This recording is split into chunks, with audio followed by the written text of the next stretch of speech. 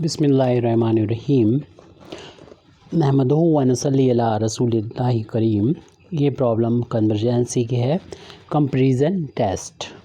इसका स्टेटमेंट है, if all the terms of a series, ये सीरीज़ का मतलब यहाँ पर इनफाइनाइट सीरीज़ से है, क्योंकि जिस सीरीज़ के बारे में हम टेस्ट करना चाहेंगे कि वो कन्वर्जेंट है या डाइवर्जेंट है, तो अगर फाइनाइट सीरीज़ होगी तो वो कन्वर्जेंट होगी, तो फिर हमें इसको चेक करने की ज़रूरत नहीं है। इसलिए यहाँ पर सीरीज़ का मतलब इनफाइनाइट सीरीज़ से ही है, और जो हमें गिवन सीरीज़ है उससे है, जिसे हम लोग डिनोट करेंगे सिग्मा UN से। If all the terms of a series sigma UN are positive, यानी जिसमें कंपैरिजन टेस्ट अप्लाई होगा उसके लिए एक शर्त हो गई कि इसके सारे टर्म पॉजिटिव होंगे, एंड ए न्यू सीरीज़, और ये न्यू सीरीज़ जो है वो हमें अपने आप से चुनना होती है, वो डिपेंड करती है UN की सीरीज़ पर। जब हम प्रॉब्लम सॉल्व करते हैं तो UN को इस तरीके से लेते हैं कि हम वहाँ से सेलेक्ट कर पाते हैं दूसरी सीरीज़, जिसे VN से सिग्मा VN से डिनोट किया गया है। इसको हम लोग खुद क्रिएट करते हैं। Can be form in such A way that, और इसको इस तरीके से फार्म किया जाता है, बनाया जाता है, the limit of the ratio of corresponding terms in two series is always a non zero finite quantity. और हम यहाँ पर दोनों सीरीज़ के जो टर्म लेते हैं, यानी इस सीरीज़ का फर्स्ट टर्म और जिस वाली सीरीज़ मिलेगी उसका फर्स्ट टर्म, उसका जो रेशियो लेंगे, और ये रेशियो जो होता है वो हमेशा ज़ीरो के बराबर नहीं आता है, नॉन ज़ीरो होता है और फाइनाइट होता है, फाइनाइट क्वांटिटी। जैसे फर्स्ट टर्म का रेशियो देखें या सेकंड टर्म का, थर्ड टर्म का, एडेस्ट limit N tends to infinity UN upon VN is equal to a non zero finite quantity. तो यहाँ पर n की वैल्यू कितनी भी बड़ी हो जाए, ये वैल्यू एक फाइनाइट क्वांटिटी के बराबर आएगी।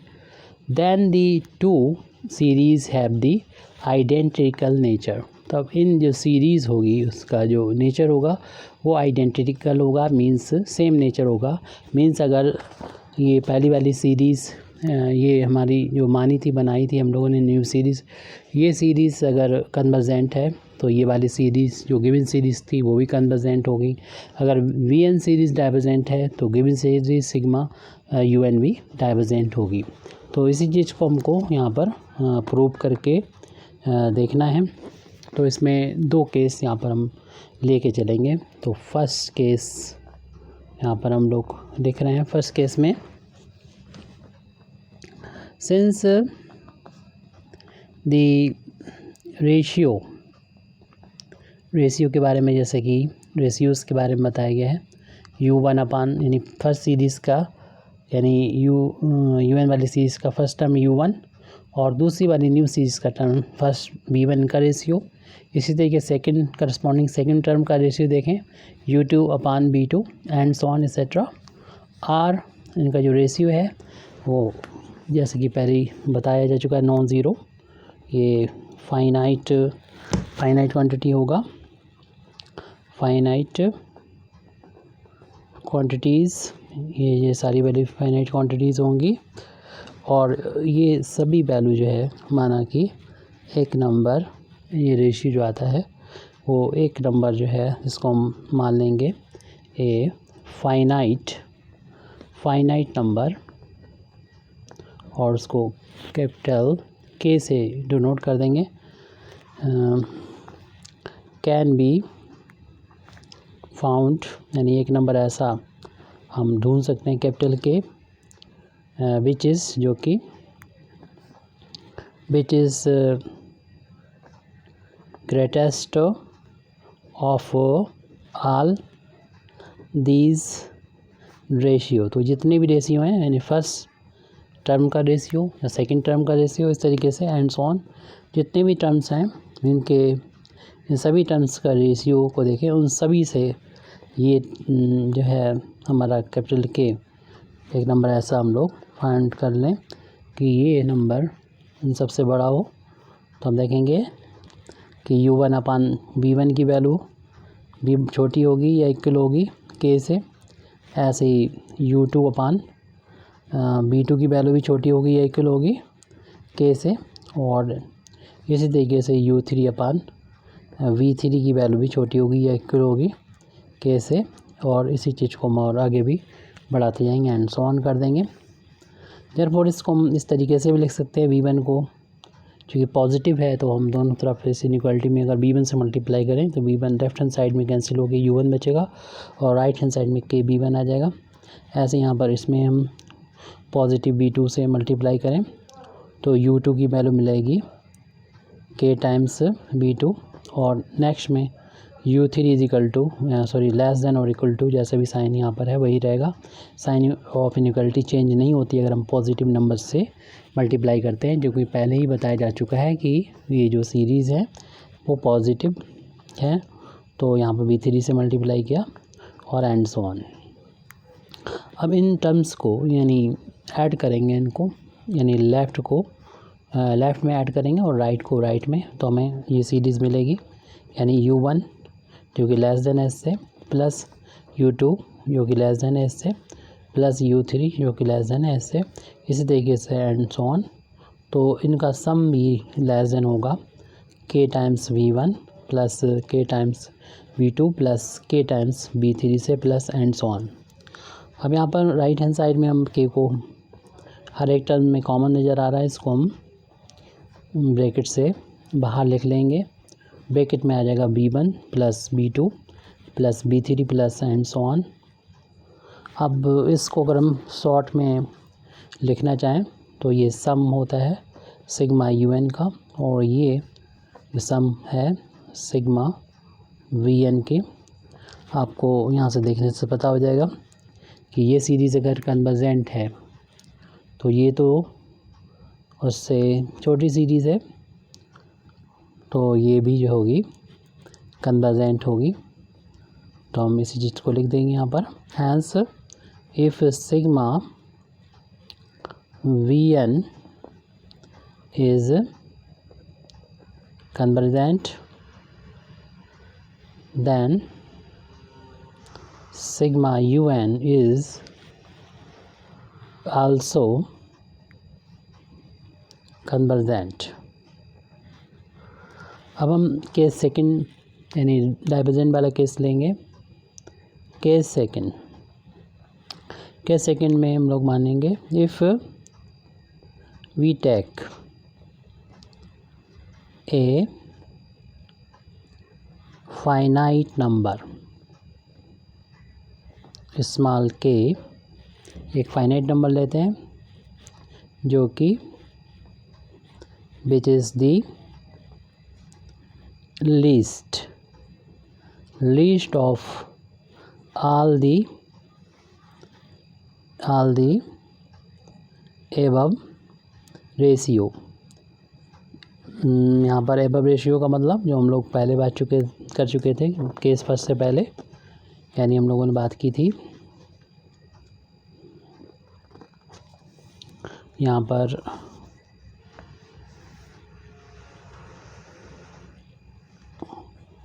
कि ये रेशियो जो है U1 upon B1, U2 upon B2 and so on, ये है तो फाइनाइट।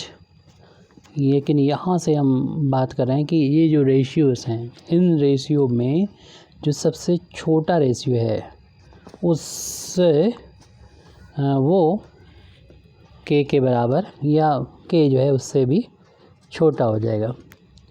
के को हम ऐसा अगर फाइनाइट नंबर लें जो कि सबसे छोटे ratio which is the least of all the above ratio, यानी उन सभी रेशियो में सबसे छोटा है ये रेशियो को हम के मान लें, तो उस केस में हम इन रेशियो को इस तरीके से लिखेंगे। यानी हमारा फर्स्ट टर्म के जो रेशियो था वो तो बड़ा होगा या इक्वल होगा इस स्मॉल के से।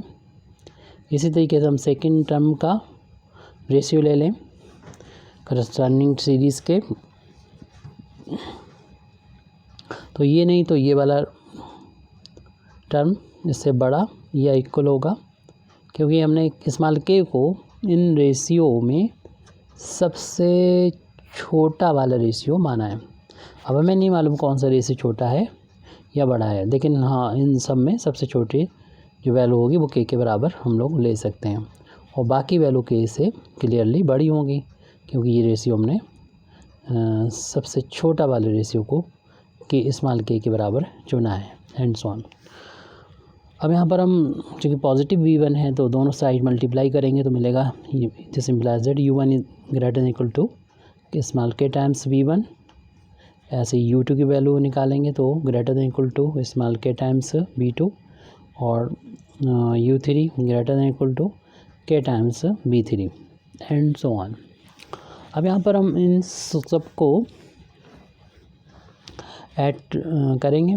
लेफ्ट हैंड साइड में u को रखेंगे, यानी u1 प्लस u2 प्लस का u3 plus and so on, infinite number of terms हैं यहाँ पर, और उन सब का सम ग्रेटर होगा क्योंकि u1 की वैल्यू ग्रेटर है k टाइम्स v1 से, ऐसे ही u2 की वैल्यू ग्रेटर है k टाइम्स v2 से, और u3 की वैल्यू ग्रेटर है k टाइम्स v3 से, प्लस एंड सो ऑन। और यहाँ पर हर एक टर्म में k आ रहा है, उसमें से k को कॉमन ले लेंगे। लेफ्ट हैंड साइड में ये वैल्यू है, इसको हम शॉर्ट में अगर लिखना चाहें सिग्मा un कर सकते हैं, तो ग्रेटर देन इक्वल टू यहाँ से k को स्मॉल k को कॉमन लेंगे तो मिलेगा v1 plus v2 plus v3 plus and so on to infinity. इसको भी हम शॉर्ट में राइट हैंड साइड में जो सीरीज़ है इसको भी शॉर्ट में लिख सकते हैं सिग्मा bn। और आपको मालूम है कि ये सीरीज़ अगर डाइवर्जेंट हो जाएगी तो ये तो इससे भी बड़ी एक सीरीज़ है un ग्रेटर देन में है ये, तो ये वाली सीरीज़ बड़ी है इससे, अगर ये डाइवर्जेंट होगी तो ये भी डाइवर्जेंट हो जाएगी। तो इस तरीके से हम कह सकते हैं hence if sigma bn is divergent then sigma un is also divergent. और ये जो टेस्ट होता है तब फेल हो जाता है जब हम un/vn का, यानी जो लिमिट शुरू में लिखी थी un/vn की value n tends to infinity लें और सॉल्व करें, ये वैल्यू 0 आ जाए या इन्फिनिटी आ जाए तो ये टेस्ट फेल हो जाता है।